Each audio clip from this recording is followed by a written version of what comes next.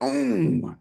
Yo, welcome to another episode of the Gens. And this one, it's very powerful, very near and dear to my heart. But to the audience, you ever been around someone that used words that you just couldn't stand? Right? It was something about the way they communicated that either resonated or pushed you away. You ever been in that situation before?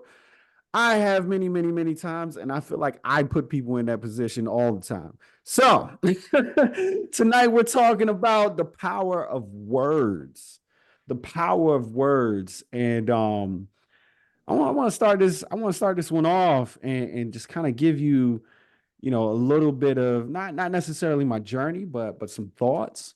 I like to share with why where I see the power, the level of the power of words. Um, in the beginning was the word, right? It's in your Bible, not mine, right? It's in all of ours. That's that in the beginning was the word. Everything was created with the word. There was nothing without it. And so, and if we are created in that image, which it says as well, then that means that same image and likeness we take on.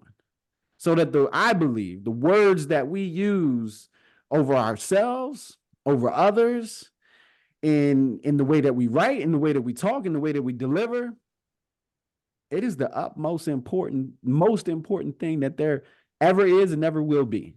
So I'm gonna start the conversation there. Prove me wrong, somebody. Wait a minute. Well, I can't Now prove prove you you wrong. wrong, right?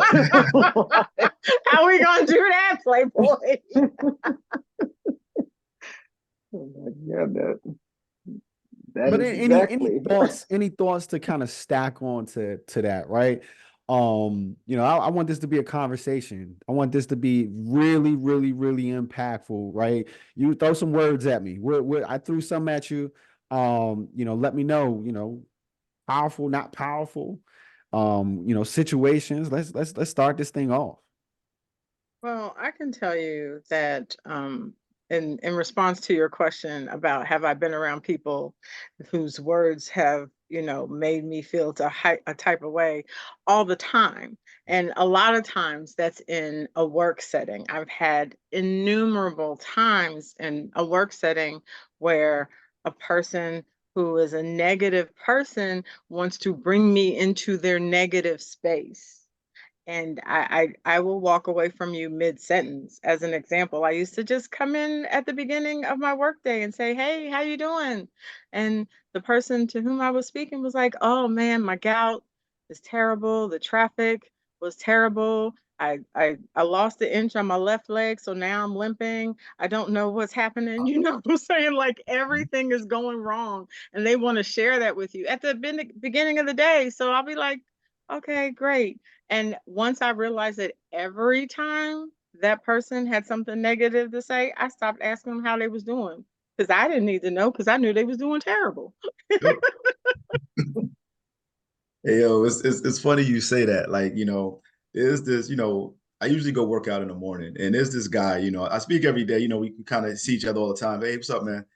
He be like, man, my hip hurting today, my back hurting. I'll be like, bro, like, we here to get better. You know what I'm saying? And it's just like his energy is just so, and it's just like, it's like Eeyore from like, what I'm saying, Winnie the Pooh. It's just like, bro, like you trying to, it's like you killing the mood, you killing the vibe. It's like we all trying to, we're here to get better. Like everybody got stuff going on, but it's like him just talking like that, it just throws me off. And I'm just like, all right, I gotta just remove myself always. It's like I high and by at the same motion. And I definitely believe that how you speak, definitely can change your mood. But you deal with the vibration. What I'm saying, that's like the word can't. It's like you vibrating that to the universe, and you also vibrating that within yourself. And it's just like, yo, it causes you not to move. In that instance.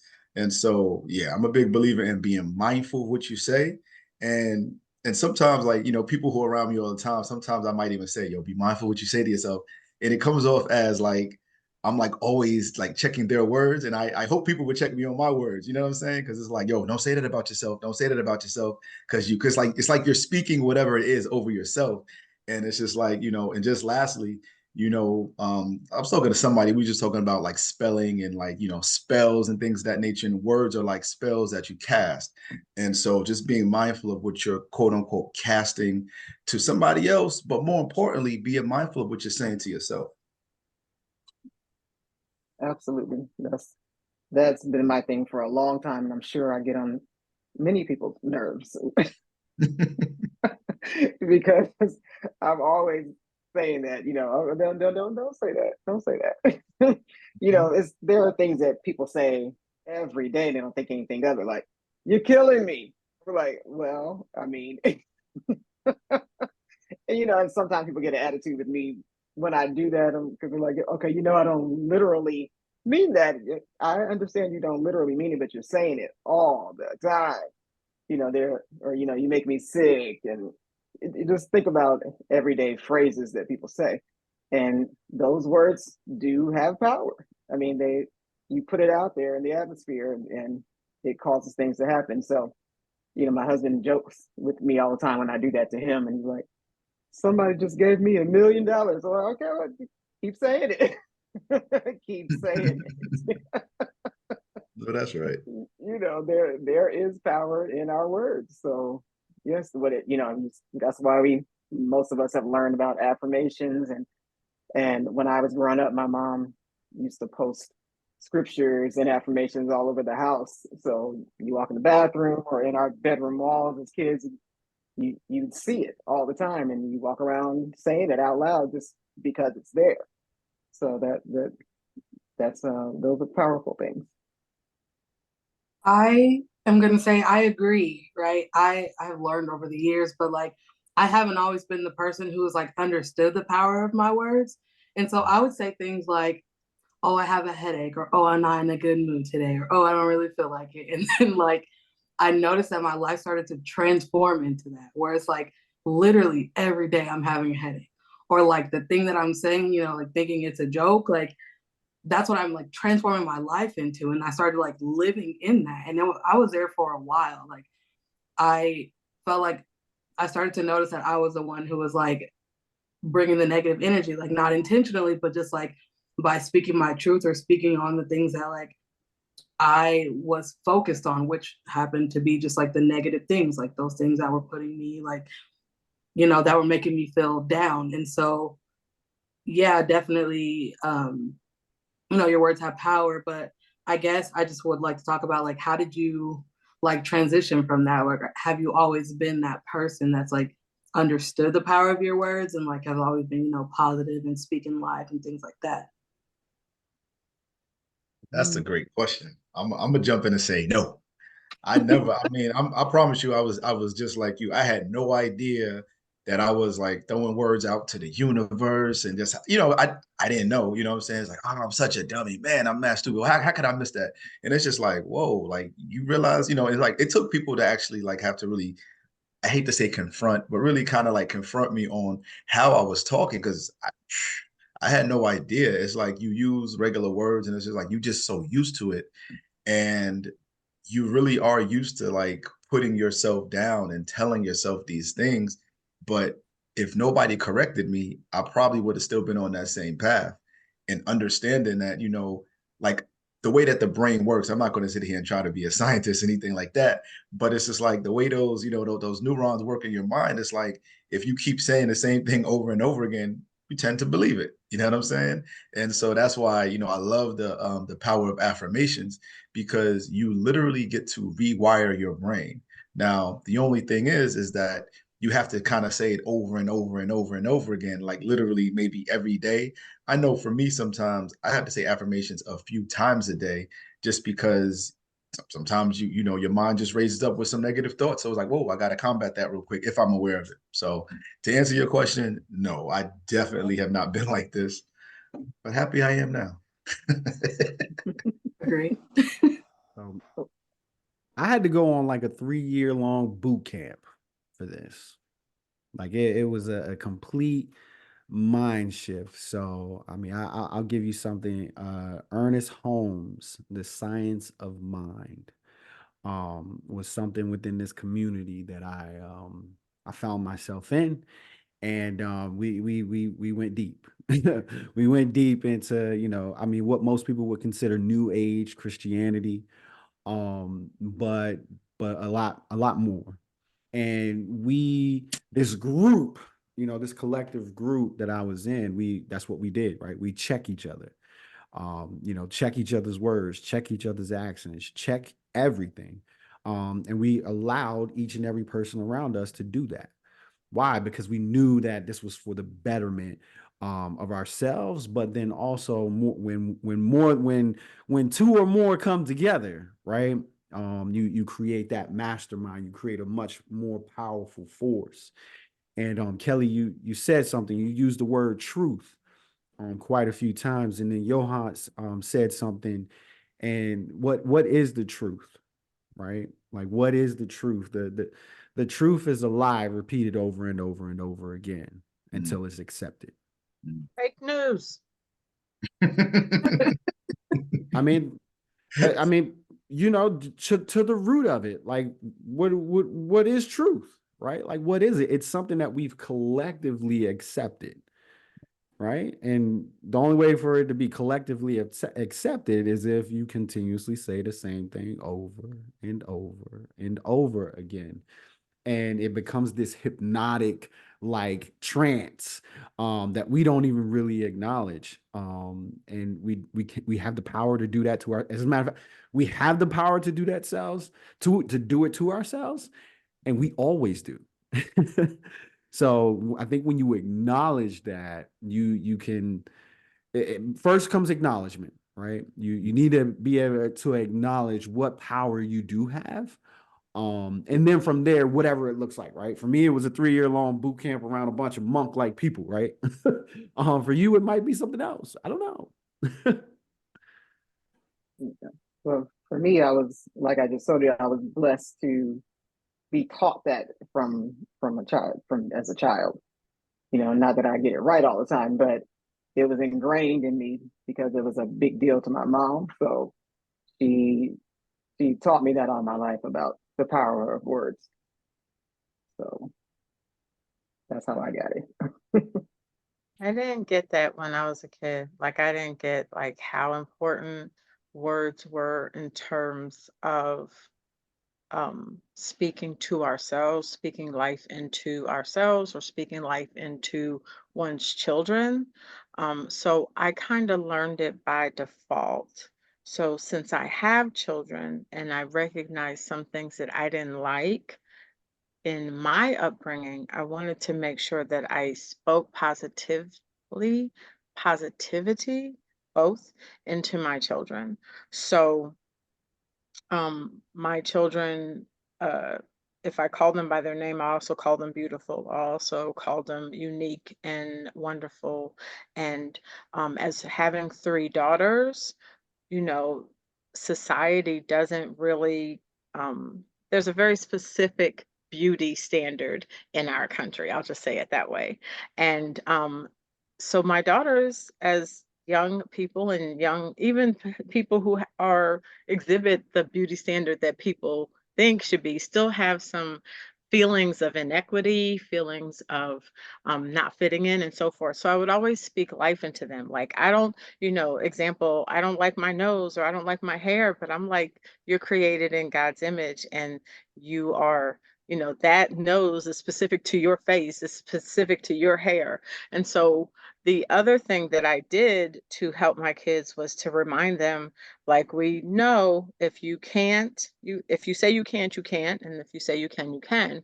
And one of the things that I use very early on with them was that book called Alexander and the Terrible, No Good, Very Bad Day, if anybody knows that book, because Yeah. it's about Alexander having a bad day. And when he says he's having a bad day, he has a bad day. But we started saying, well, if you're going to have a good day at school, like, I don't like my teacher. Well, but if you say you're going to have a good day, you're going to have a good day. And when you're having a moment, you say, I'm still having a good day. And that will change the day that you're having. And so in teaching my kids that, I kind of adopted it. You know how you can teach something, but you don't necessarily have it. So I kind of learned it as I was going along. That's funny.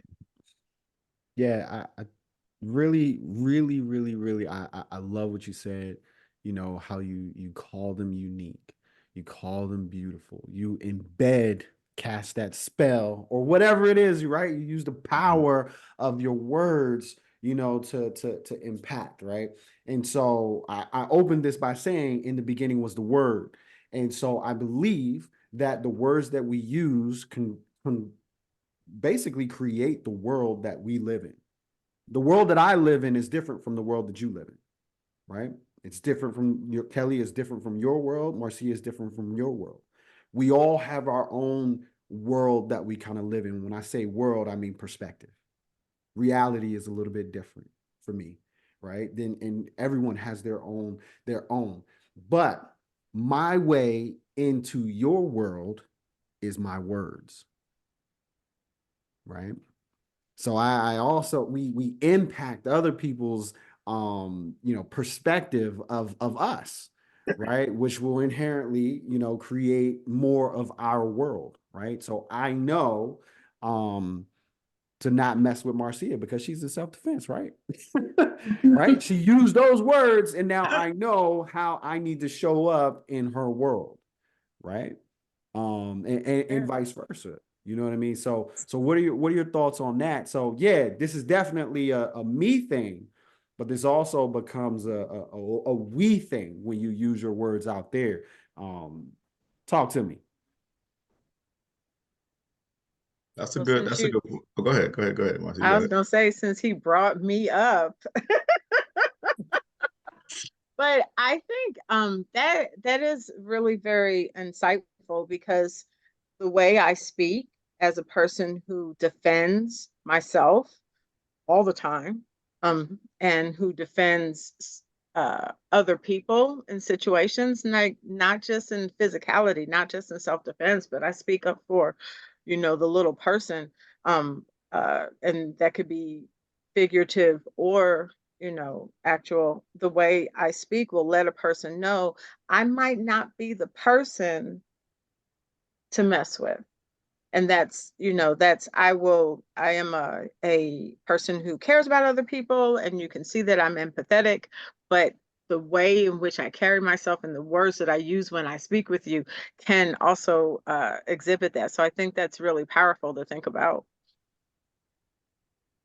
Yeah, that's definitely real, and you definitely have to have, in my opinion, a certain level of emotional intelligence in knowing what your words do, not just to speaking to yourself, but how they affect other people.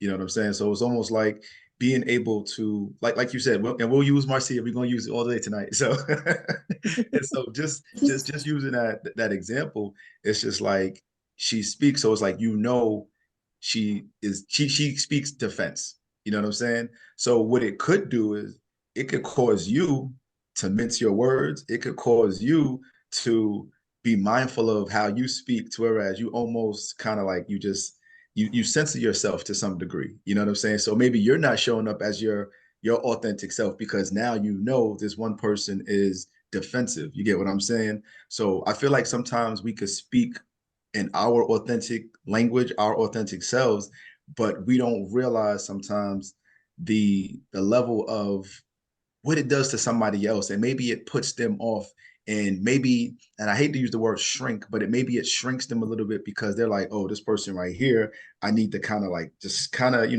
keep my distance to some degree, just because of how you using your words. It could be your tonality, it could just straight up be your words.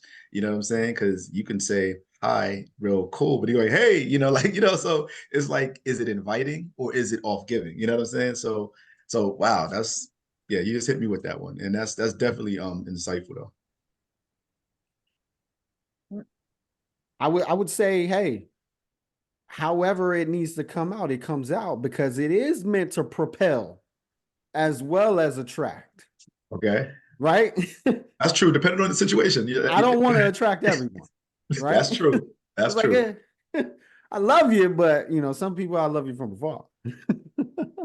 Because I was like, if it shrinks other people or if they feel a pause in what they say around me, that might be a good thing because there are situations in which people feel comfortable saying sexist or racist things because other people have given off an energy or used their words to let people know that it is okay. And Marcia's words will tell you it is emphatically not. I love it. Emphatically. You're right though. I agree with that. I agree with that. Yeah. And so, to piggyback on that, right? I was having a conversation a little earlier today. Um, and I think you talked about vibrations, right? And so I tend to stay away from the spiritual terms until somebody else brings them up. But I was having this conversation a little earlier today, and my uncle, he was like, "Look, man," he was like, "Everything is nothing stagnant ever in life, right? Nothing on in this universe, in this multiverse, whatever it is, right? Everything that God created, nothing is ever stagnant. Everything is always moving. It just may not be moving in the direction that you wanted to go." And so what that means to me is vibrations, right? Everything is always vibrating. It's either vibrating at a higher frequency or a lower frequency, but it's vibrating. And so we use the example of a quarter spinning on a table, right? So when you spin a quarter on the table, right, the thing that is vibrating the strongest, not necessarily at the highest level or the lowest level, but the strongest will attract the other thing to vibrate at its level. So the spinning quarter, it's going to fall down to the level of vibration of that sitting table, just much, much, much slower, right? And so what that means is your words, right? Your words, create the world that you're in. It creates the community that you become a part of, the people that listen to you. But at what level are they vibrating? Are they the spinning quarter or are they the sitting table? Which one are you being sucked into the most, right? Because someone is sucking someone somewhere. Wait a Wait a minute. minute. Wait a minute. Whoa. Um, Pause. All right, get your minds out the hey, gutter. I'm You know what I good. meant. Someone's pulling someone somewhere. I don't know if that's even better. Whatever. Okay. We get it. I Oh just don't man, think we that's were hilarious. expecting that analogy. Well, But do you see what I'm saying, right? Like someone's being pulled to someone's other level of vibration. That's just what happens. That's just mhm. that. You will either rise or sink um to the tides. That's just it. Where do you sit with that? How do you use your words to get out of those seas, those two calm seas or those two rough seas? How do you use your words to navigate through that? Hmm. I guess it just really depends. Like, well, we've talked about that before too. When if I'll say to if someone's coming at you a certain way that you'd rather that they not, and say kill it with kindness. It kind of depends because there's a time when you need to speak up really and let them know to back off, or you can come at them from the opposite direction and like, okay, let's take a look at this situation, or whatever. Just say something very kind and unexpected because they know they're getting out of control, so they're not expecting you to be nice, of course. So um, I know I have handled something like that because someone's trying to suck me into an argument. So it's like okay, well, I'm gonna just step back for a second, let you think about that, and you know, whatever you can think of to fizzle out the situation. You can do that so that you can just walk away.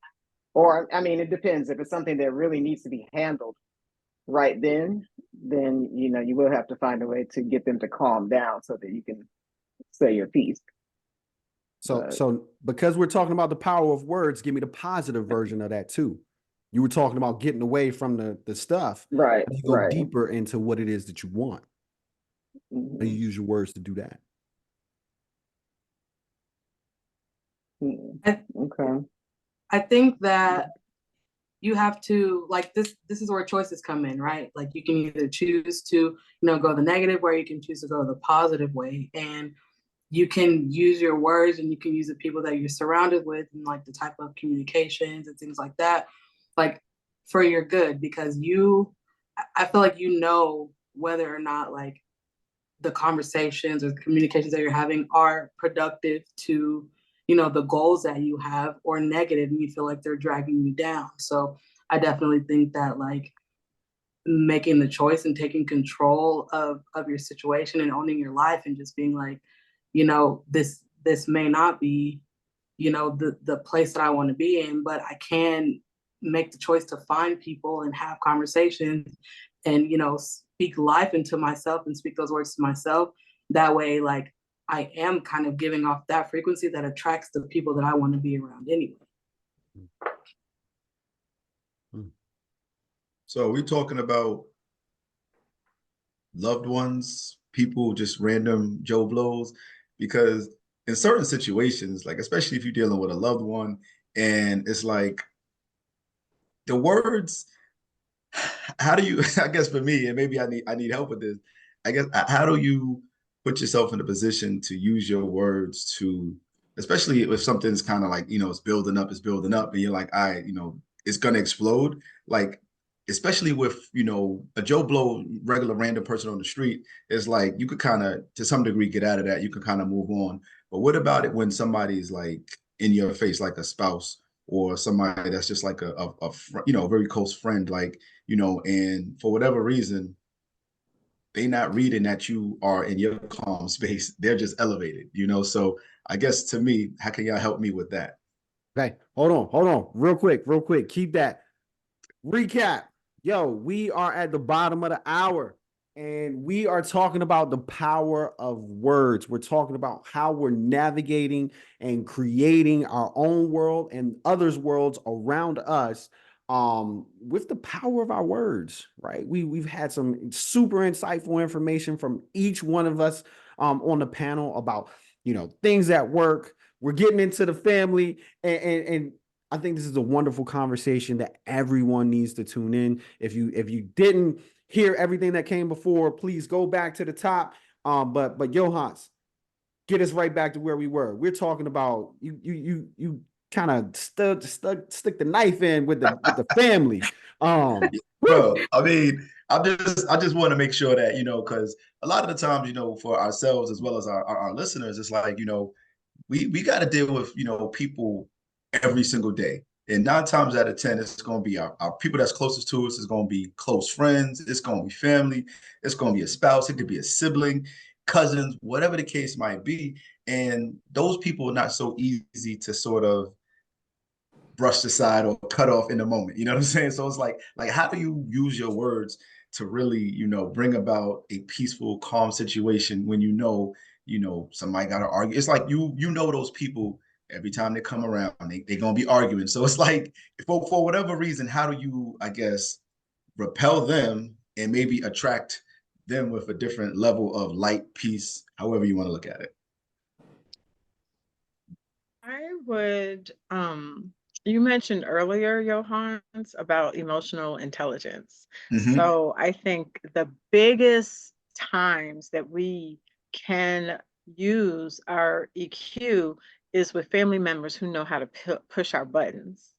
Mm-hmm. Because, like you said, Joe Blow, who I love Joe Blow on the street. But no, I just love that phrase, like Joe Blow.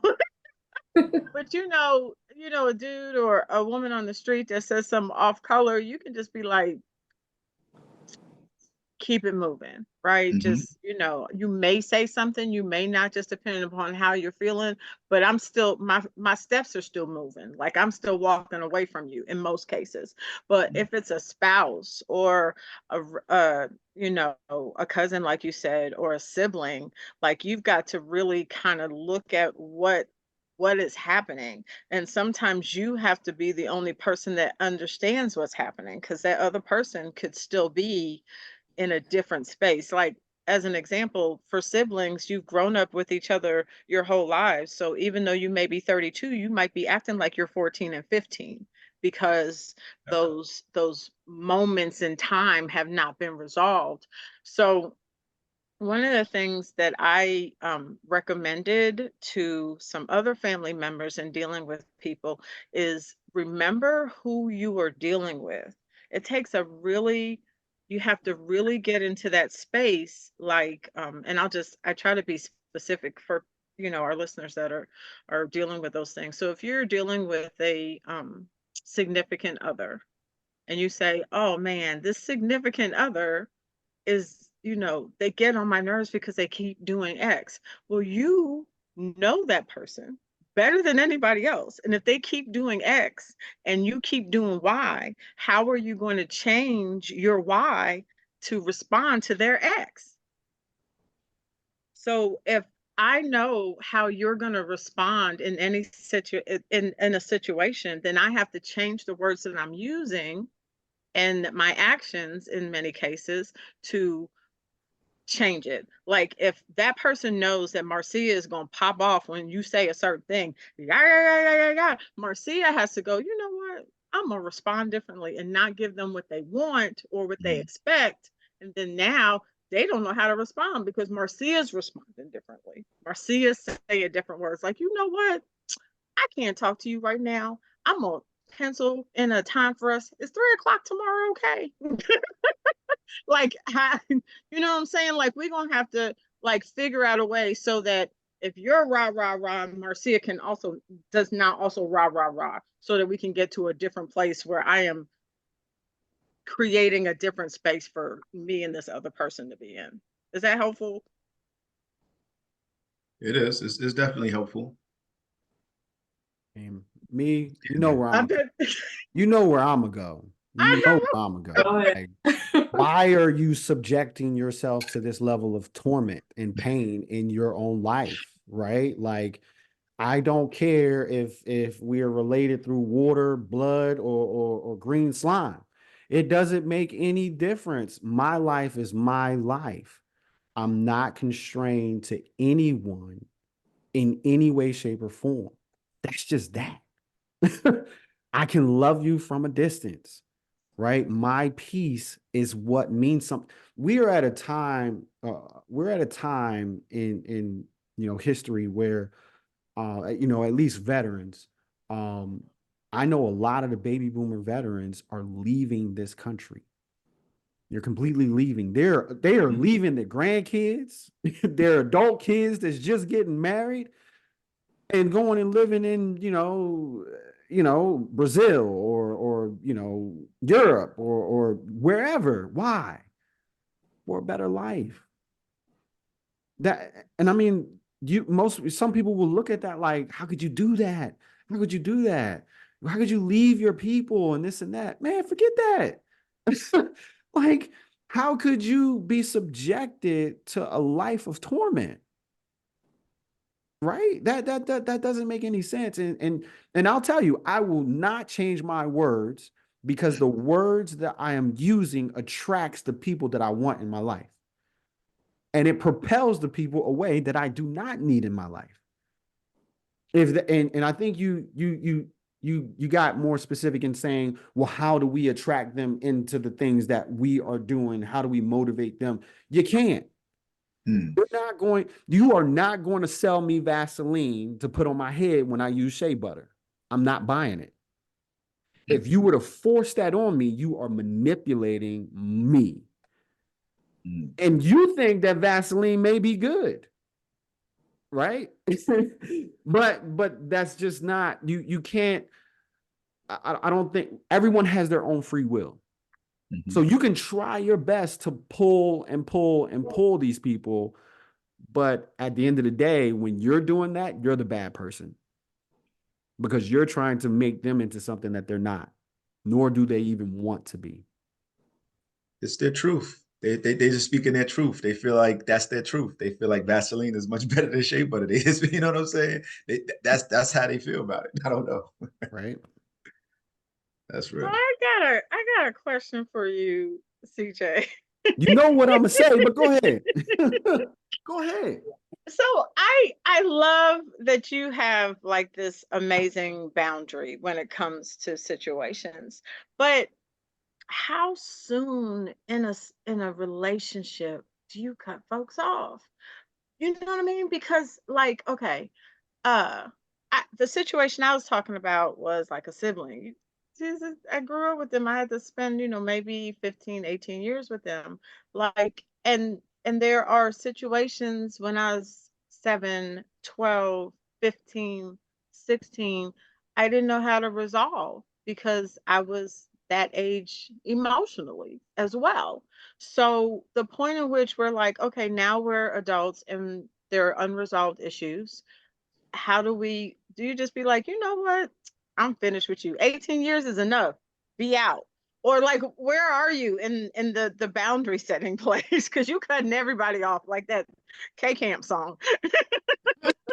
It, Wait a minute. it, it, dep- it depends on what you desire, right? And when it is that you desire it. Like if you are trying to if you're trying to change your diet, right? You got to get rid of the chips in the pantry. You got to get rid of the stuff. Like it's that's the easiest way to do it. It's not the only way to do it. I'm not saying that, but it's the easiest way to do it. And what I'm saying is are you more in love with your loyalty to someone outside of yourself than yourself? Right? Like which one is more important?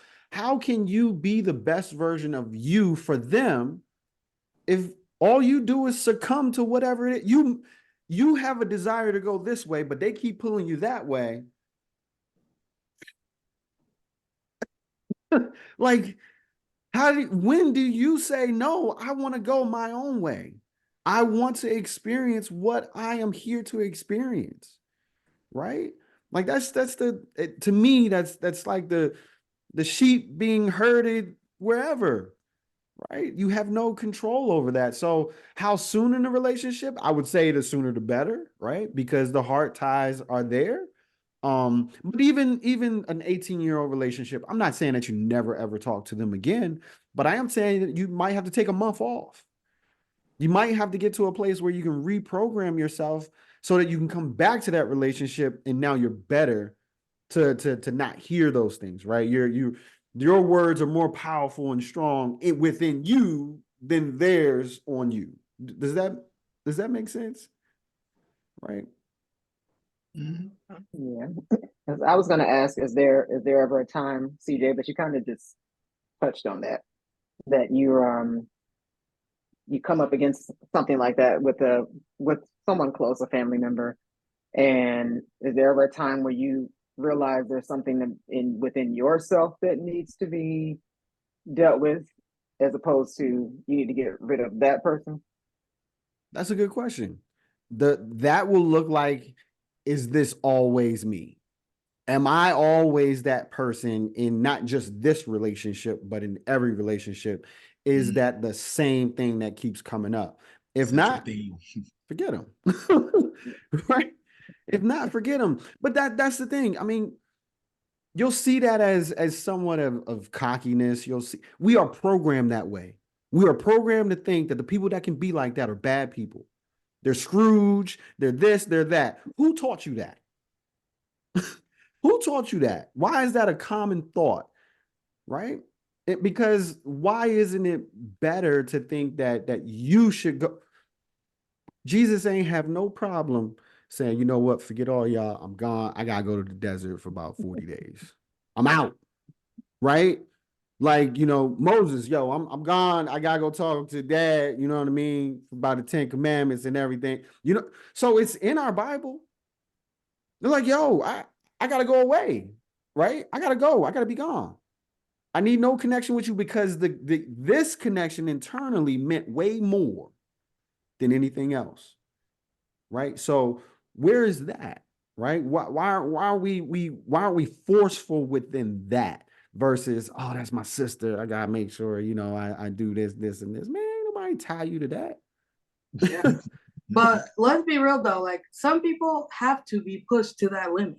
Like, I mean, I feel like that's a choice too. Like some people have to go through those things and like be in the same situation over and over again, or get to the point where there's like no return before you realize like I'm making the choice to be here. I'm making the choice to like continue this cycle. So like when you decide to like step out of that, or like you realizing you're starting to like, you know, do work to get out of that cycle, then that's when like change comes. Because not everyone is just going to be like, okay, well, let me cut you off and, you know, go the opposite direction. Like sometimes you really do have to be pushed past your limits to do that. Right. So it's like where like when are you like realizing that it's a problem? Like how are you setting a boundary? And then how are you like honestly, how are you standing on business and keeping that boundary? Right. What do you want in life? Do you want anything in life that is not in existence in your life right now? If you do, I would suggest you go where it exists. Right. And then when I get over there, I may be super forceful and super powerful and blah, blah, blah over here. But when I go over there, guess what? I'm the student. I'm soaking it in because I don't need to project who I am over there. No, I'm trying to learn, trying to figure out a little bit of something that I don't got from over there. Right. And that's what I like to do. I like to be the student. But when it's something I don't want to learn, yo, best believe I'm interrupting the class all day long. What about y'all? Right? Like how do you use your words to get what you want? Do you think your words have the ability to get you what you want? And you know, in all ways, right? If that's a relationship, if that's a job, if it's, you know, money, whatever, right? All types of things. How do you do that? So I think that you know, going back to like what do you want and how do you like why are you subjecting yourself to torture or torment? I think that is a very strong word in and of itself. Torment. Because if I'm going to use my words to let somebody else know where I stand, let's go back to the situation of my sibling, or let's do, I was thinking about like drinking, right? So when I'm hanging out with a group, a specific set of friends, and all we were doing was drinking, and when I decided that I didn't want to drink anymore, my words literally say, you know what? I don't feel like drinking tonight. And then the next time they call me, you know what? I got to get up early. I don't feel like drinking tonight. And my words will change the relationship because there's going to be a point in time when those people will stop calling me to ask me to do something when I keep telling them no. And it can be as simple as that. It can be like, you know what, I'm not going out drinking. And it could be because I'm trying to save up money for a car. It could be because I'm trying to save up money for a house. It could be because I don't like them bad breath heifers no more and I want to do something different. But if I keep saying no, that is my word. Those are my words. No, thank you. No, I'm not, I'm good tonight. Then that creates the space of what I'm no longer attracting. And then what I am attracting when I go and do different places. And I think it can be as simple as that. And you ready to just do away with those friends? Because you know they're gonna be like, yo, you changing. Like, what's going on with you, Marcia? Like, no peer pressure, nothing's gonna pull you back in. I'm about to curse. There No, I I don't think that's where care. the stand on business comes in though. you Like What'd go, you if right? say? you set the Standing on boundary, business. you have to stand on it. Like you have Yeah, to but like be it's true to your word. yeah, but it's like I've gone out with people who, when we go out, I have I have a valve that stops me from drinking. But I'm not going out with this chick who falls off a seat every time we go to the bar after she done had 3 drinks. Have her drink some water. Hold your liquor. Like, what is happening? I'm not hanging out with y'all if y'all are throwing up on the, and these are legitimate Yeah. situations. Like, I'm not hanging out with y'all if every time I hang out with y'all, y'all are hanging off of the parking things, you know, by the car throwing up, or you sitting in pee in the bathroom because you can't hold your liquor. So there's a couple of reasons why I might say no. But if I say no, I'm gonna stand on business, like Kelly said, Johans, and I'm cool with that. That's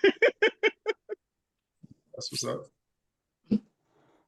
I think And I think go ahead, Kelly. no, you go ahead. I'll go Oh next. no. I was just saying to CJ's point, you know, where's your loyalty at? Is it to that person or to where it is that you want to be? Because if the loyalty is to that person, you're gonna be right back there with them on that bar stool, throwing them back. You know what I'm saying? And it's like at some point or another, you made a decision like, all right, I'm going to use my words to move in a different direction. And that's what I was saying, because it's like, I know how peers can be. I know how a person could stop drinking. They'd be like, man, I feel uncomfortable because you're not drinking. I'm like, how is that making you uncomfortable? You know what I'm saying? I'll be like, wait a minute, you know what I'm saying? And so I just find it funny sometimes, you know, I could like not be like, I don't drink. So I'm like, I'm not drinking or whatever. And folks be all, they be uncomfortable. I'd be like, I'm chilling. I'm having a great time, you know? And so, but it's always, hey, come on, take this shot. I'm like, yo, I'm good. You know what I'm saying? And so I was just wondering if, you know, folks, if you, cause you got to stand on business because people will, I guess they're gonna try to test you, then see. Mm-hmm. Or if you know, Marcia said last time she was stopping, let me see, you know what I'm saying? Let me get her that rum and coke I know she like, you know what I'm saying? Like I would tell you honestly, I am a drinker. So I've been done forgot when I went out. I went out with the full intention of not drinking, and somebody said tequila, and I was like, where's my time? So, but wait. like, the point is, at this age, at my age, and where I am in my life, I I will say I am pretty cool without having any feeling any type of way about peer pressure. But I Mhm. definitely understand, people in different spaces that may have to worry about that. But, to CJ's point, like, what do you want? Like, if you said that you wanted this, and if you have to remove yourself from a space until you can fully be confident that you won't fall back into your old behaviors. Because, like I said, I've been done forgot that I said I wasn't going to drink tonight. And the next thing you know, I'm like, what happened? It was just me. I was the one who made the decision. So you really, you really have to like not only say the words, but put yourself in a position where you can be confident in what your words are. Because in terms of like how words are powerful and important and affirmations we were talking about. Johannes, you said a really important thing earlier about how sometimes you have to say your affirmations more than once a day. And I will say, I wrote down affirmations a couple of years ago, and, because of one of my coaches, and they said, say them in the mirror. And because I had never said them, they were super hard for me to get through. It was super hard for me to get through, like, I am this, I am that, I am this, because I had never had anybody say that to me, much less say it to myself.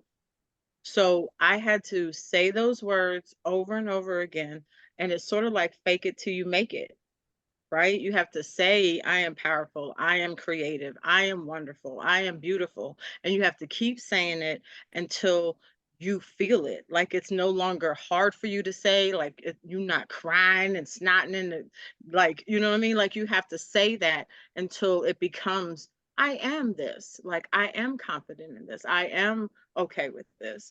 And it's not necessarily an easy thing to do if you've never done it before. Yeah, but then also I think that you have to like you can say those words and use those affirmations, but then you have to like put some action behind it too. Like you have to do things that make you feel like that. Because I can sit here and say like, all those things, I'm beautiful, I'm confident, all that stuff. But if I'm still doing activities where like I wasn't feeling beautiful or I wasn't feeling confident or I'm doing things that aren't like encouraging those words and I'm saying to myself, like, there's no point in it. And it's like at a point that it starts to just become words unless you are putting those actions behind it or unless you're putting meaning behind it. I'm gonna say this. Johan's, you're muted. Oh. Were you trying to say something, Johan? I saw his Yes. mouth moving. That's funny. I didn't realize I muted myself. No, go ahead, because you was in But the middle of a thought. Go ahead, bro. but nah, so Kelly, as much as I understand that, I also understand that sometimes it is words, but it's like the way that the mind works, you gotta, it's like the affirmations, people might not even believe the affirmations, but you say them over and over and over and over enough. It's like you gotta create that belief by saying it first.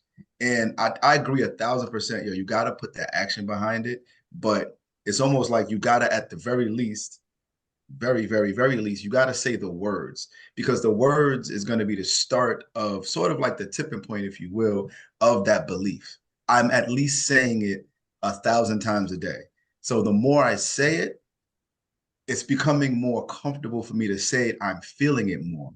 I believe it more. I am confident. I am going to take over the world. I am going to be the first millionaire in my family. I am going to do XYZ. So it's like the more you say it, you might not even totally believe it. And it's funny the way the mind works.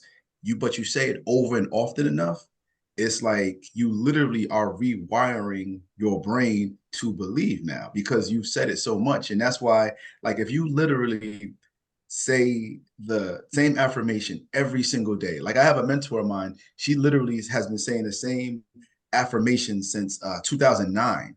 And she's manifested so many different things, but the work, yes, but also just doing it over and over again, rewiring the brain. And I think that's probably the toughest part for us is to rewire how we, and like to Marcia, to your point, if nobody's ever talked to you from, like as you were a child to kind of say, hey, beautiful, what I'm saying? What's up? Stuff like that. And when you have to say it for yourself, it is like, it's weird. It's like no one's ever like, what I'm saying? Because I'm like, I'm handsome, what I'm saying? So it don't, what I'm saying? Like it don't sound like I really believe it because it's like, all right, I'm handsome. But on day like 880, yo, I'm handsome. Yo, I'm that dude. Because it's like now I believe it. Now it's like I feel it. And now, to your point, Kelly, I'm doing the actions to become that individual because we still got to do the work. So I don't want to miss that point, but we still got to do the work. But I just want, in my opinion, I just wanted to make sure that we talked about the words. It starts with the words. We got to have words. And ultimately, definitely has to lead to the belief, the action, rinse, repeat. Like you got to literally keep doing it over and over again. And don't give up. You know what I'm saying? Just because it's day 50 and I'm confident. And Marcia, like I promise you, and my bad for being long-winded, y'all, but saying your affirmations in the mirror, you say them with meaning, even if you don't believe them. And you do this every single day. Like it's so much that you could do when you're looking at yourself, right? A lot of the times we look at ourselves, what do we see? A lot of times you might be brushing your teeth, but are you looking at yourself?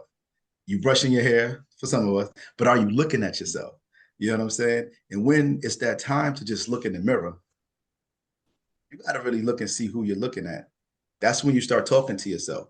That's when you kind of like, for lack of a better phrase, you take everything off. You become at your most vulnerable state and you start feeding into you. That's how I see it. I mean, so yes, but He's like, yo, you said all of that, but so, nah.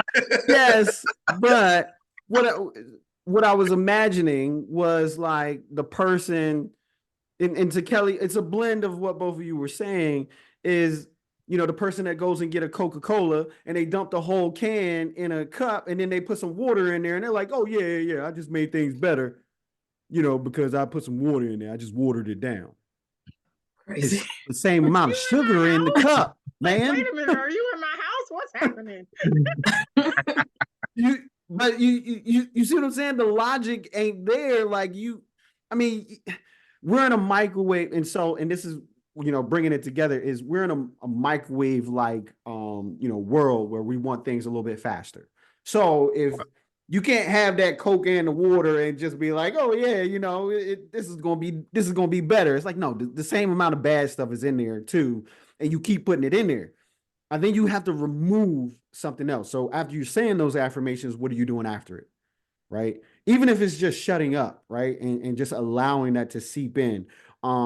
If you're going to turn on gossip TV or whatever it is, right. You're going to turn on some crap right after. You're going to turn on CNN or something like that and watch the war or something like that right after. I mean, you kind of just like, crossed out what you just did. You know what I mean? So I really think, yes, do them, but also there are other things that you either need not do anymore, or use other ways to embed it in as well, because we want to see the results from them, right? And so that could take you 20 years to manifest something versus what we're talking about. Let's do something in a month. You know what I mean, or less. So that's my thing with it. Don't do the water and Coke, man. Just Drink the water. just drink. But you So know what though? Some people would, and I real quick, Marcia, some people would argue that they're making a step by mhm. watering down their Coke. You know what I'm saying? And they're moving towards a goal of not having the Coke, so they got to water it down so that it's not as potent as it would be without it. Just a different point of view. So, Does it work? CJ's a cold turkey guy. He is a cold turkey guy. Like we get that. Yeah. But for people who are not ready for cold turkey, one of the things that and I love everything that Johan said about like being able to do the work and stuff. But to both of their points, CJ and Johan's points, is like if you say I am confident is one of your affirmations. And then when those second guessing thoughts come in your mind, you say it again and you Mhm. say it again. Because what that does is put you in a space to be able to move forward on whatever it is that you're trying to do, that those negative thoughts were coming into your head. So if you're drinking 10 Cokes a day, and you get to say I am physically healthy, then if you say I'm physically healthy in your affirmations, you're going to reduce your Cokes until you get to zero. And it might not be cold turkey, but it may take 21 days or it may take 30 days. But the work and the words go together, because I think the words influence the work. The words influence the work. The words influence the work. We're missing a key component: Come on through accountability. then. Accountability, Okay, okay. right? So it's cool to have the affirmations. It's cool to do the work, but who's coming in on the other side that you're accountable to say that this is what's happening? And it's like there's self accountability. To thy own self be true, right? So it's like you're looking in that mirror. You should want to be true to yourself. You can't lie to yourself. But most times, if individuals are not able to do it themselves, they need an accountability partner to help see them through this process. And some people might be like, yo, they're helping to, a little hand holding, what I'm saying? We could do this lockstep just to kind of make sure, especially somebody who's been there before.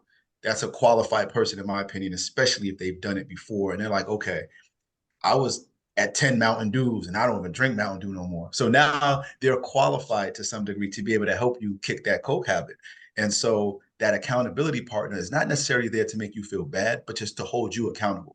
And the whole idea of accountability is to hold you to you. You know what I'm saying? You told me this was your goal or milestone. I'm just telling you what you told me. And I'm not here to bash you. I'm just here to say, okay, Marcia, you said we wasn't going to do Coke today and you did it. I'm not bashing you. I'm just showing you to you and I'm holding you accountable for what you said. So just wanted to add on to that. Well, I done left all my drinking friends at the bar. So where would I find one of them accountability partners, y'all? That's a good question. And so that right there is to me is one of those things where, and I know that I have different friend groups per se, what I'm saying, different people that I may spend my time with. And if I know that, okay, there's nobody here, maybe I go to another friend group and say, hey, this is something that I'm working on. I need your help. And a lot of times our friends want to help us. You know what I'm saying? And especially something that's like it don't cost them no money. It don't cost all it costs them is maybe a phone call, check in on me in the morning, checking in on me at night. You know what I'm saying? So that's how I see it. Marcia, what was that you said? I didn't catch it. You said you left all the friends at the bar, or what? What did you say? Well, just for our listeners, I said I wasn't going to drink no more. So I told all my girlfriends I am not going out, right? So, so Johannes asked me if I was okay with that. So if I left all my friends at the bar, or my main friends are doing something different, I was asking how would one find an accountability partner, Mhm. for our listeners.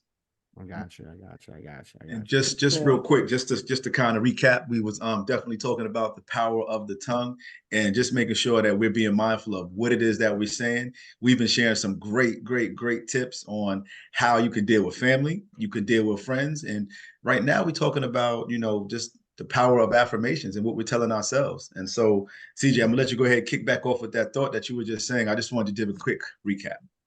Yeah, yeah, I appreciate that, man. Finding an accountability partner when you have left all your friends behind. I mean, that's it's networking groups. I mean, it's our I guess the main question there is like, do I require friends? Right? Do I require friends? Wow. Um, and then from there, because anyone could be, I can go and hire an accountability partner, right? That'll probably be the best doggone thing you can do, an accountability coach, right? Something like that. So that's really the thing, is like, do I require friends in order to do things, and then why? If that's something that you need to do. I don't necessarily need to do that. I don't need to delve into the why of my things that I don't desire within my life. No, I'll figure those things out a little bit later because I'm going this way, right? Maybe they'll be revealed to me, but I don't need to spend a year hunting down, why my leg hurt. You know what I mean? Like, I think my leg's gonna feel better if I get over there to that space. So let's go to that space. That's what I'm gonna do. I think that's the big thing. Is like, why do you require friends? And I'll tell you that you don't, because you can't take them with you. Unfortunately, right? They'll remember you. Is a spouse a friend? Mm. Look, I go to sleep by myself. I go to sleep with me every night. I'm the one that closes my eyes and I'm the one that opens them. That's just that. Yeah, my wife is there, but at the end of the day, all of y'all are the same way. She don't experience the nightmares that I have, right? Yep. That's just that, right? And I mean, you could choose to look at it a different way, but at the end of the day, the only one that really knows your torments and your real true feelings is you. As much as you want to share it, but that is the power of words. The way you get better That's a fact. That's a with fact. bringing people into your world, if that's what you want to do, is you need to get better and better and better with your communication. But I also think there's another thing with that. The better you get at speaking, right?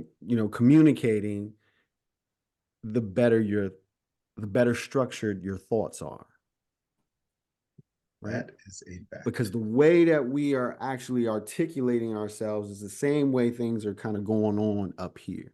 So when you hear people like, how the young people talking like, yeah, man, everything is like the same. I was in You this know what I'm situation saying? the other night where the dude You just know kept what I'm saying the saying? same You know what thing. I'm saying? You I know what say I'm you know what saying? I'm saying a lot though. If I'll you be. got to I say, mean, what I'm saying, 3 times within 60 seconds, no one knows what you're saying. Okay. But that's really the thing. I know I kind of went off on a tangent, but as far as accountability finding, so look, how did we come about? We went for something that was outside of, I mean, obviously, his group, Eric Thomas's group, I don't think is any of our personal groups that we spend, time with Eric Thomas and them, every day. I don't think so. At least I don't. But we spent that time in his arena, and we obviously were like-minded, right? And so we ended up finding this, right? So how do you find accountability groups or people? You did already. You Facts. already did. Go out to things that you desired something. Whatever drew you to Eric Thomas's group at that point in time is the same thing that drew us to each other. Right. But then I also think that when you are, you know, putting yourself in different groups, you also have to use your discernment too, because like, you know, sometimes you may be going for the same goal, but like not everyone has the same intentions as you. So like, I do want to just kind of like throw that in there where you just have to also be careful of some of the people that are in these new places too. Like just because, you know, you're in a different area of life or a different arena, doesn't mean that again that everyone has the best intention. So yeah, definitely use your discernment there too. Because I feel like this year I have put myself in different arenas, right? Like here, like with my spiritual life and things like that. But like I have noticed where it's like, okay, you guys are doing some of the things that I want to do, or like, you know, you have something that's aligning with my goal. But like also, I sometimes I don't agree with all perspectives too. And so definitely just have to choose like, you know, what may be best for you at the time that you're there. Good point. 1000%. Mhm. I got a quick question. What you just made me think of. How many of y'all, by show of hands, lock your doors every day and night when you come in the house? Wish I wouldn't. Like, what kind of question is this? Okay. Right.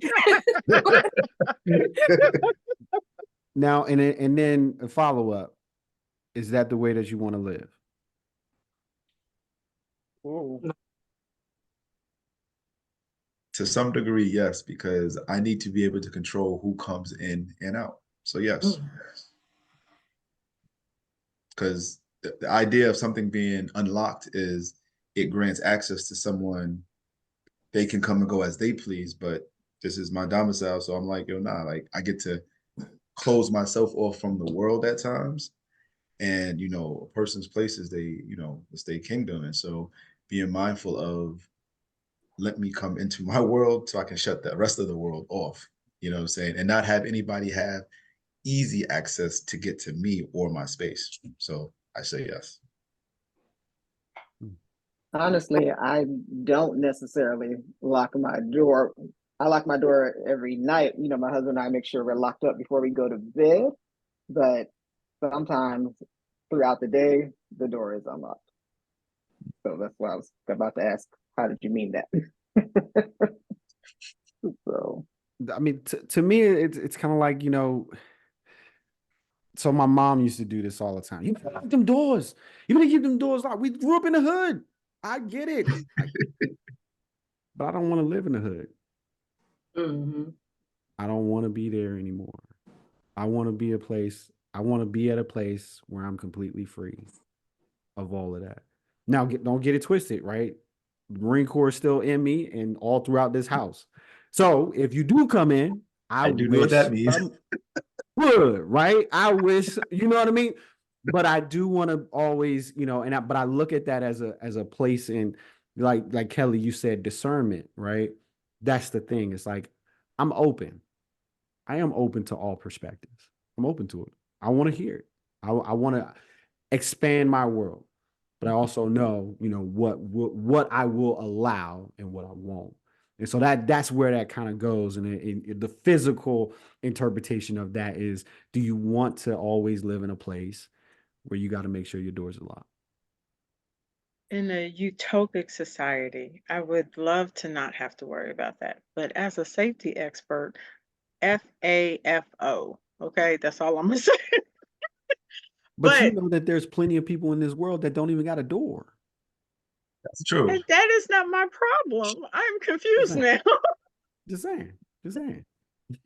But I would like to, go back to what Kelly was saying about using your discernment when you're trying to find and it could just be like friends. Like I sometimes need friends because I'm very comfortable with Marcia, but there are times where I like to go places and have another person to have a conversation with, right?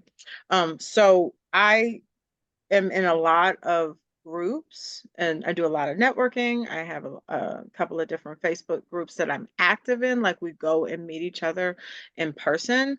And so in those spaces, going back to the original subject matter, in those spaces, my words will attract the people they're supposed to attract and not attract the people that they're not supposed to attract, if I said that right. So who I am as a person showing up authentically is going to attract the people who I may be able to, if I need or if I want an accountability partner to go running with or walking with, or to do personal business with, or just hang out and do movies. Like, my words will attract. And I've been in these spaces where I've had these conversations, and I know that we probably won't talk anymore, even if we see each other in the same circle again. So I'm okay with that. And you have to first, like you said, use your discernment and understand that some people may not be the people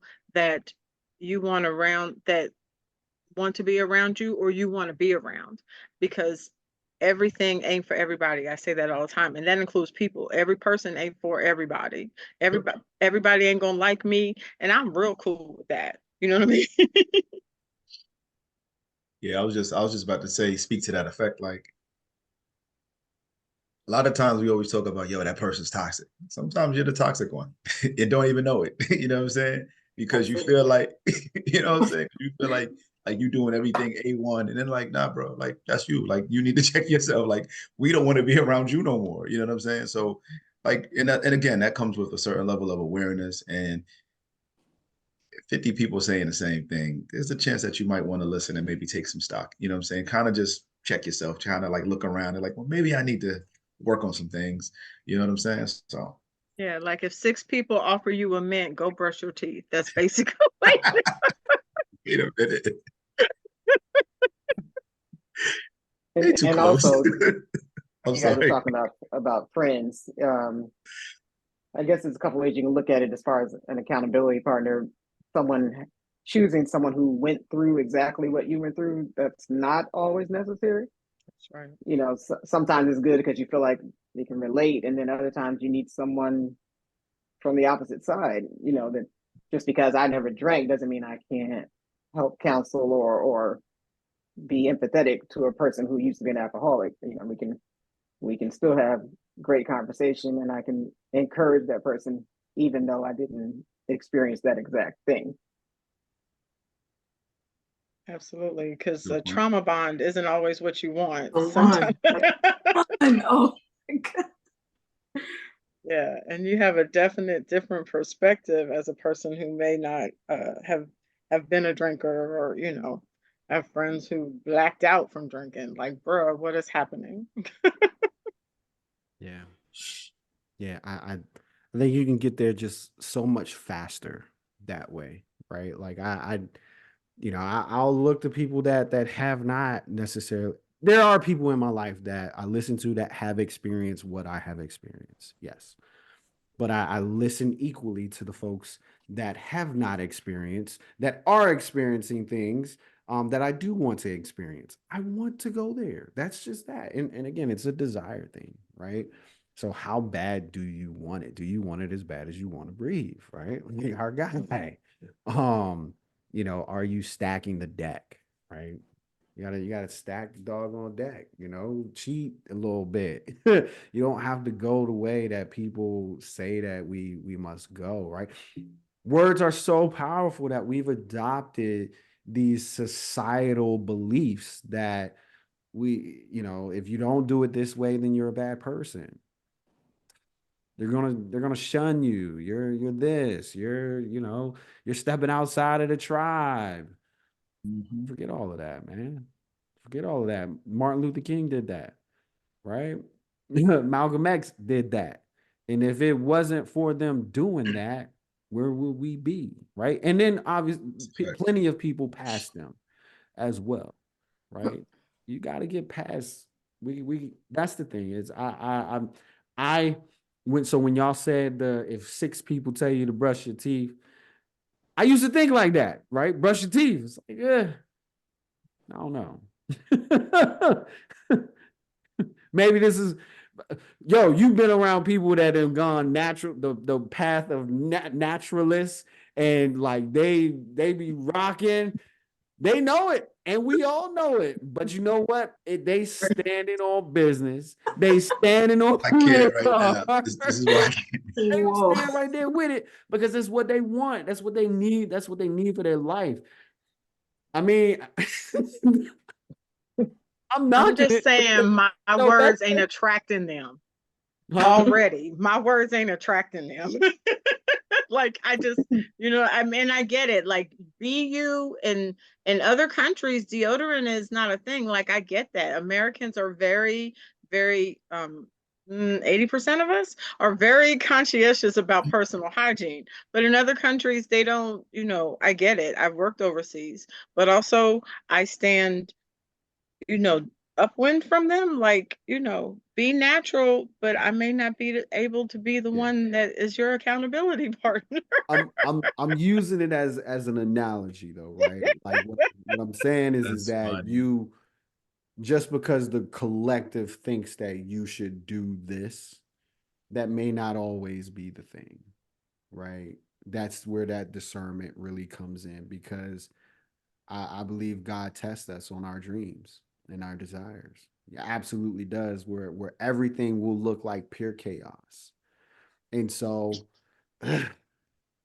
chaos is chaos, hell is hell, and it's gonna look like that. So yeah, I that's why I say it's like if I don't know, it's a hard thing, right? That's why I said I can't change anyone.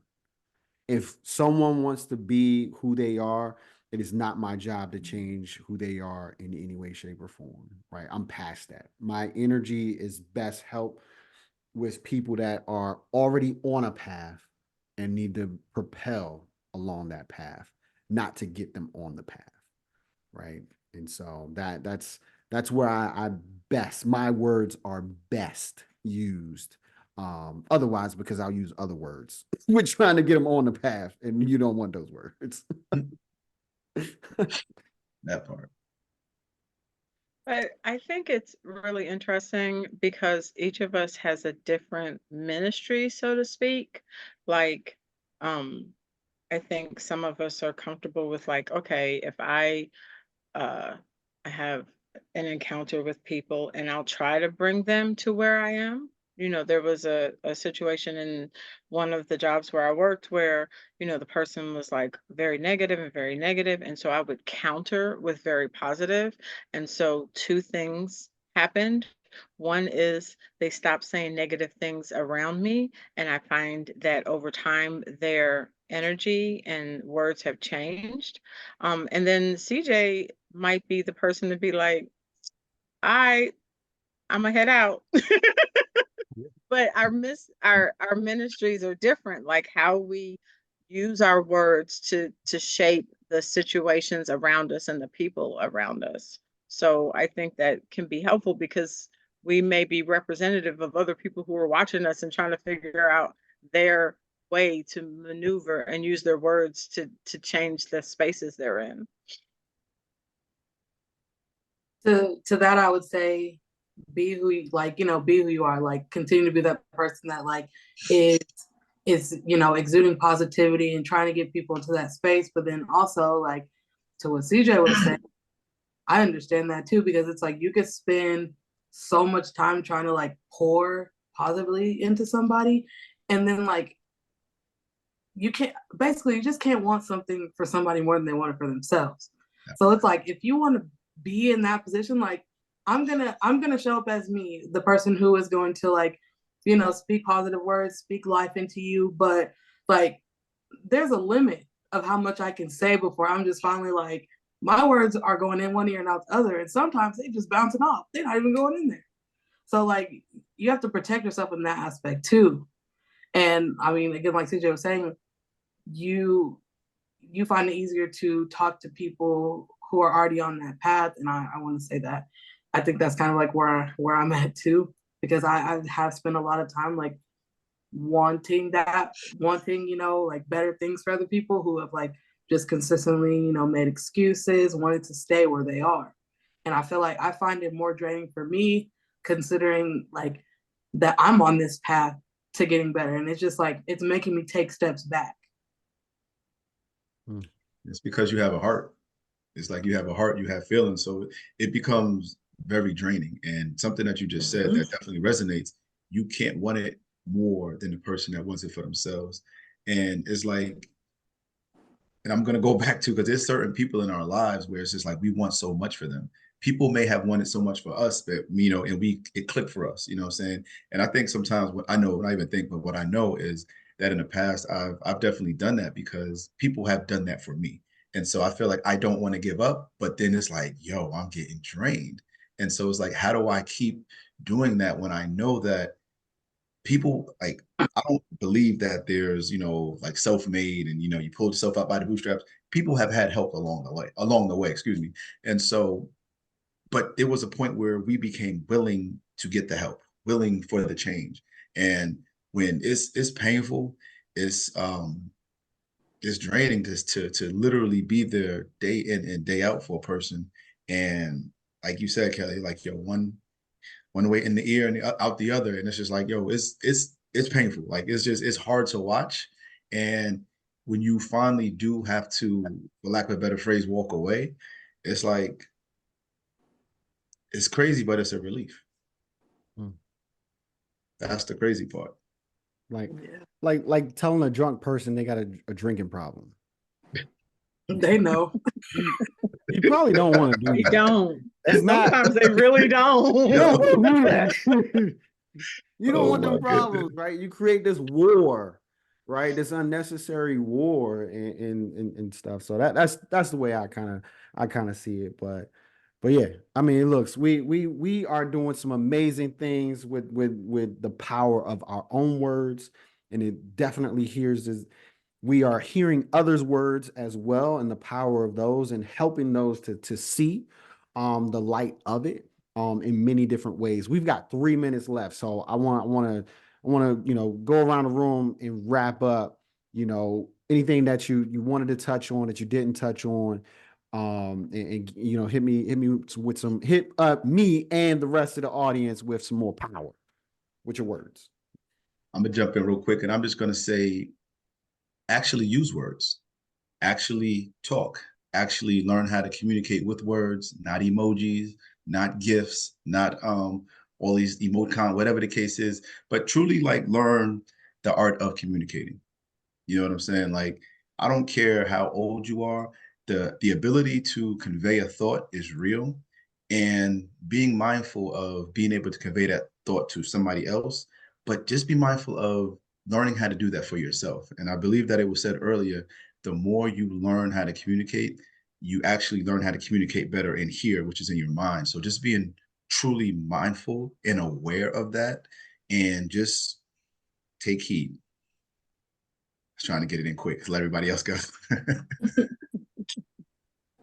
Yeah, I would just like to say that, as we've already touched on, just to remember, just keep it in remembrance, the power of your words, and that it's not just something we're saying. There truly is power behind the things that come out of your mouth. And if you're in a situation where you have to walk away from an individual, specifically a loved one, then there's also the power of prayer. That's words that we're talking to the Lord on behalf of another person, because you can't change someone. They have to want that change for themselves.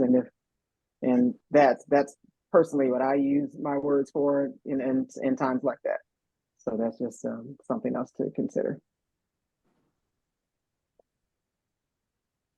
I would just like to say that one of the things that I didn't mention, and Kyra mentioned a little bit about how we say things and we think they're jokes or we think they're funny, but they're not.